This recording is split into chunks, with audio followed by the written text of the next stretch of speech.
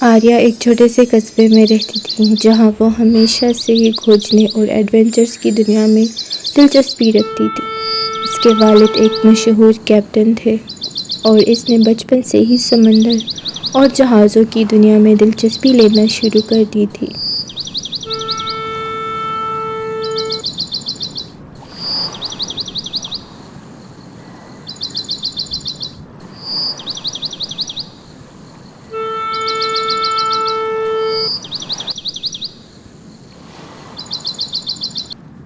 ایک دن آریہ اپنے والد کی لائبریری میں ایک پراسرار نقشہ دریافت کرتی ہے۔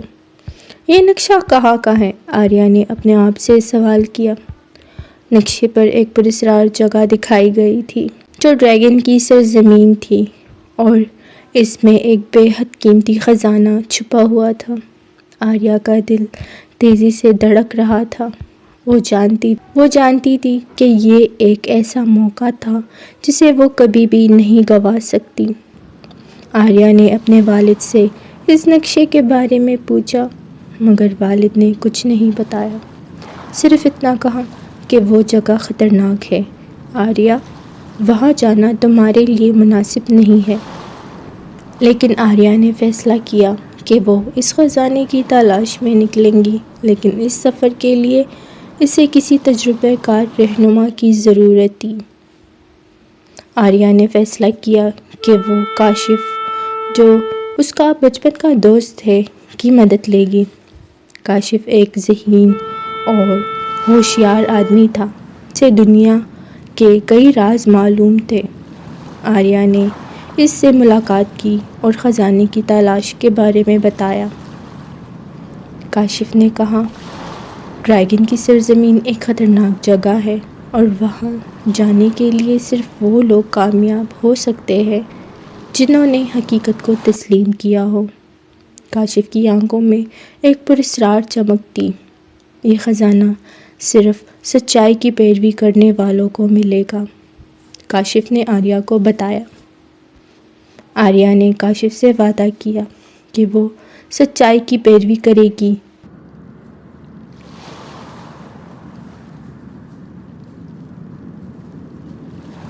اس کے بعد دونوں نے سمندری جہاز پر اپنے سفر کا آغاز کیا۔ آریہ اور کاشف کو پتہ تھا کہ اس نئے سفر کے آغاز میں ان کو کئی چیلنجز کا سامنا کرنا ہوگا، لیکن آریہ کا عزم اور کاشف کی حکمت انہیں آگے بڑھنے میں مدد دیتی ہے۔ تھوڑی دیر کی سفر کے بعد آریہ اور کاشف ایک جزیرے پر اپنا جہاز روک دیتے ہیں۔ سامنے کا منظر انتہائی پرکشش ہوتا ہے۔ ایک گھنا سا جنگل آریہ اور کاشف کا انتظار کر رہا ہوتا ہے۔ دونوں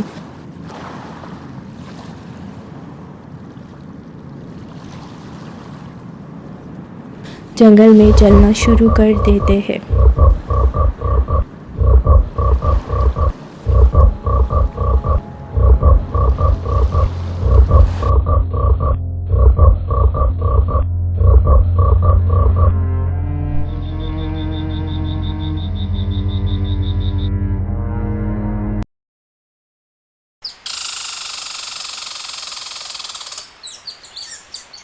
آریہ اور کاشف اپنے سفر کے دوران ایک گہرے غار کے اندر پہنچتے ہیں، جہاں ان کے راستے میں ایک دیو قامت پتھر کا دروازہ تھا۔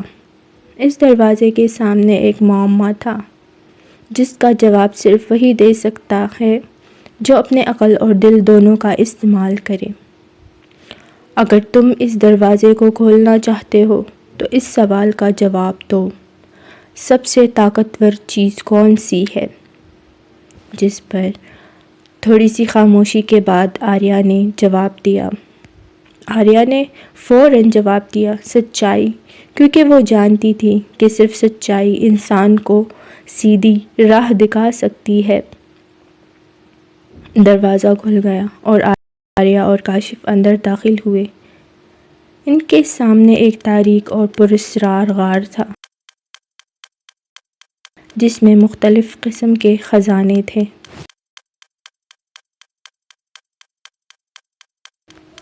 کاشف اور آریہ کا سامنا ایک جادوئی مشال سے ہوتا ہے۔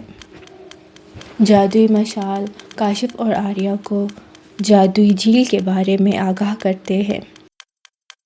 غار سے نکلنے کے بعد آریہ اور کاشف کا سامنا ایک پراسرار جھیل سے ہوتا ہے۔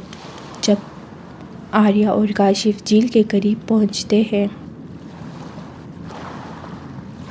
تو وہ جھیل کی روح آریان سے ملتے ہیں۔ آریان آریہ اور کاشف سے کہتا ہے کہ وہ ایک خاص معمہ حل کرے تاکہ وہ جھیل کے پار جا سکے جو ڈریگن کی سرزمین کی طرف ان دونوں کو لے جائے گا۔ تمہیں یہ سوال حل کرنا ہوگا، وہ کیا چیز ہے جو تم دیکھ تو سکتے ہو مگر چھو نہیں سکتے؟ تھوڑی ہی دیر سوچنے کے بعد آریہ نے فوراً جواب دیا، یہ روشنی ہے۔ اور جھیل کا پانی صاف ہو گیا۔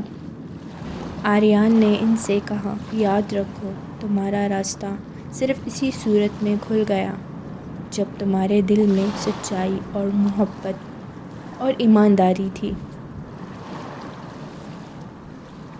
آریہ اور کاشف جھیل کی روح سے مل کر جھیل کے پار جانے کی تیاری کرتے ہیں اور جھیل کا پانی صاف ہو گیا جس سے ایک راستہ بن گیا جس پر چل کر وہ ڈریگن کی سرزمین تک پہنچ سکتے تھے۔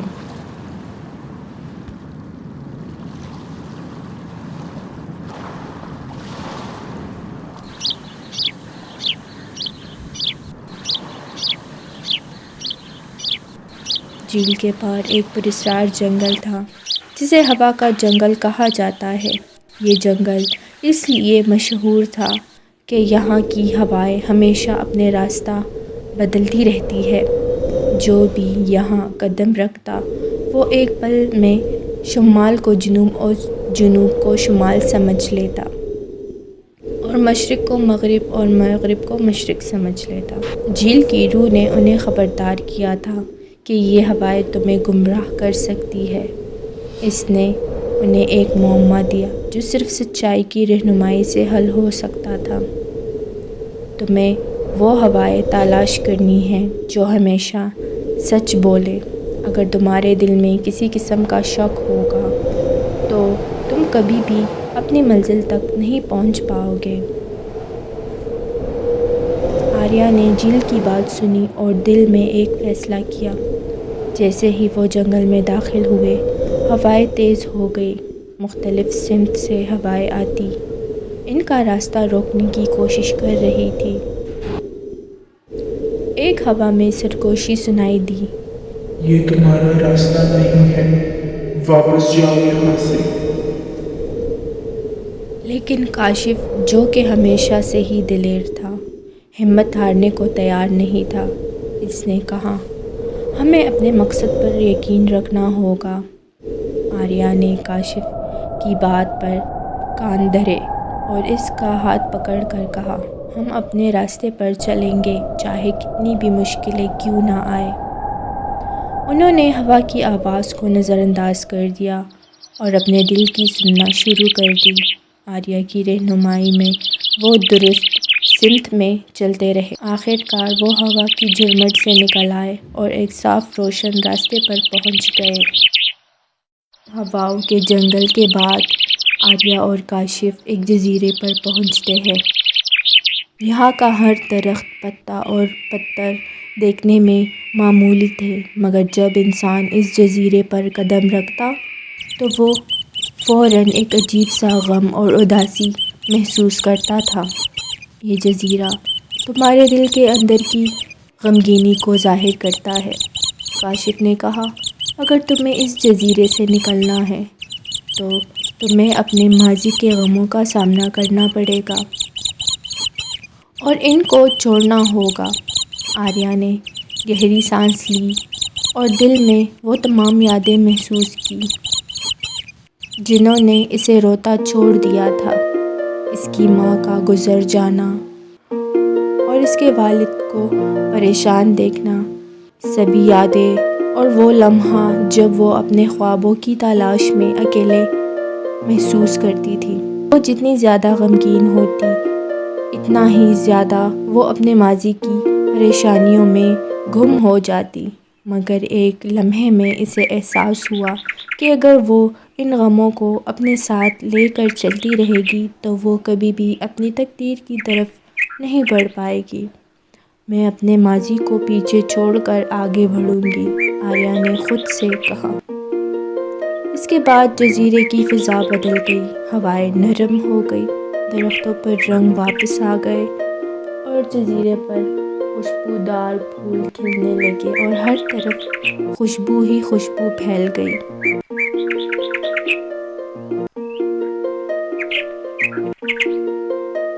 ڈریگن کا مقابلہ، آخری آزمائش۔ آخر کار آریہ اور کاشف ڈریگن کی سرزمین تک پہنچ جاتے ہیں۔ اس جگہ پر ایک زبردست آتش زدگی کا منظر تھا، جس میں ہر طرف دھواں اور راکھ پھیل رہی تھی۔ آریہ نے اپنے ساتھی سے کہا، ہمیں اس کے اندر جانے کے لیے تیار رہنا ہوگا۔ یہاں آریہ کو ایک اور آزمائش کا سامنا تھا۔ ڈریگن نے آریہ کو ایک نیا چیلنج دیا، تمہیں یہ بتانا ہوگا کہ تمہاری سب سے بڑی طاقت کیا ہے۔ آریہ نے کہا، میری سب سے بڑی طاقت سچائی اور میری ایمانداری ہے۔ ڈریگن ہنسا، پھر تمہیں یہ ثابت کر کے دکھانا ہوگا۔ آریہ نے کہا، یہ نہ صرف سچائی ہے بلکہ ہماری ہمت اور دل کی قوت بھی ہے جو ہمیں جیتنے کی طاقت دیتی ہے۔ اس کے بعد آریہ اور کاشف نے ڈریگن کے سامنے اپنے سچے دل کو کھولا اور اس کی طاقت کو چیلنج کیا۔ یہ لڑائی محض جسمانی نہیں تھی بلکہ ایک ذہنی اور روحانی جنگ تھی جس میں سچائی اور حوصلے کا پہلا قدم تھا۔ آخر کار آریہ نے اپنے دل کی سچائی اور عزم سے ڈریگن کو شکست دی۔ ڈریگن نے کہا، تم کامیاب ہو کیونکہ تم نے خود کو اور اپنے راستے کو پہچان لیا ہے۔ آخر کار آریہ اور کاشف خزانے تک پہنچ جاتے ہیں۔ آریہ اور کاشف کی آنکھوں کے سامنے ایک حسین سا منظر ہوتا ہے، سونے کے سکوں سے بھرے ہوئے صندوق، ہیرے جواہرات اور وہ سب نایاب چیزیں ان کے سامنے ہوتی ہیں۔ آخر کار آریہ اور کاشف دونوں ہی اپنی منزل کو پا لیتے ہیں۔